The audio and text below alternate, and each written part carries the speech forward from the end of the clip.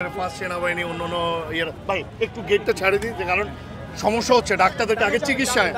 একটু বলবেন কি আপনার অভিজ্ঞতাটা, মানে আপনি তো অনেকক্ষণ ধরে আছেন, বলবেন। আসলে অভিজ্ঞতা বলার মতো ভাষা নাই, গোছায় বলবো যে এরকম না।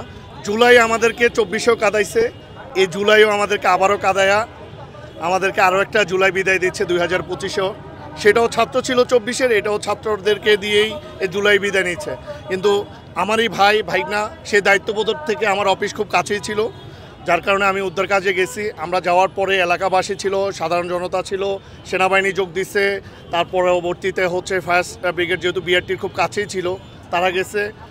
আমার নিজ হাতেই 3 জনের লাশ অ্যাম্বুলেন্সে উঠানো হয়েছে। যারা দগ্ধ হয়েছে তাদেরকে হেলিকপ্টারে করে কর্মীটোলাতে নেওয়া হয়েছে, ঢাকা মেডিকেলে নেওয়া হয়েছে। এবং আমাদের এখানে যারা আছে নর্মালি ভয় পাইছে অনেকেই, যেহেতু বিকট একটা শব্দ হয়েছে, আগুন সব কিছু নেওয়ার তো ছোটো, সবাই ভয় পাওয়ার কারণে অনেকে অসুস্থ হয়ে গেছে। তাদেরকে মনসুর আলীতে বাংলাদেশ মেডিকেল, এটা উত্তর আধুনিক হসপিটাল এবং কুইটমন্ত্রী অন্য হসপিটালে নিয়েছে।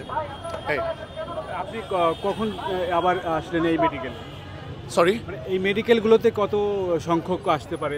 আমার আসলে সংখ্যা বলতে পারতেছি না। নাকি ট্রিটমেন্ট হচ্ছে নাকি ট্রান্সফার করে দিচ্ছে অন্য জায়গায়? যে যত বড় সমস্যা দেখে তাদেরকে বার্ন ইউনিটে ঢাকা মেডিকেলে ট্রান্সফার করছে। অনেকেই ইউনাইটেডে নিয়ে গেছে।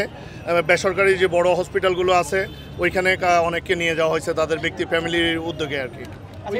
আপনার কোনো স্বজন ছিল কিনা? হ্যাঁ, স্কুল যেহেতু তখন ছুটি হয়েছে, কিছু স্কুল ছুটির পরে কোচিংয়ের জন্য অনেকে প্রস্তুতি নিচ্ছে, কোচিং করে তারা বাসায় ফিরবে। আর গার্ডিয়ানরা তাদের বাচ্চাদেরকে নেওয়ার জন্য ওই সময় অনেক গার্ডিয়ান ছিল।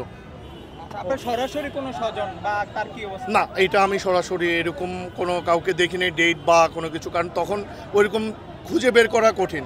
কারণ স্টুডেন্ট যেহেতু ম্যালস্টোনের মতো একজন বড় একটা ক্যাম্পাস, বড় একটা স্কুল অ্যান্ড কলেজের স্টুডেন্টও বেশি, তাদের পরিসর সব কিছু মিলে আমি দেখিনি এরকম কিছু। যাদেরকে দেখছি হতাহত তারা কোন ক্লাস বা কি এটা জানা নাই, কিন্তু ওই যে ভবনে হয়েছে সেটা ওইখানে ক্লাস 3, 4, 5-এর ছেলেমেয়েরা ক্লাস করে, আর অডিটোরিয়াম পুরো ওই ভবনে।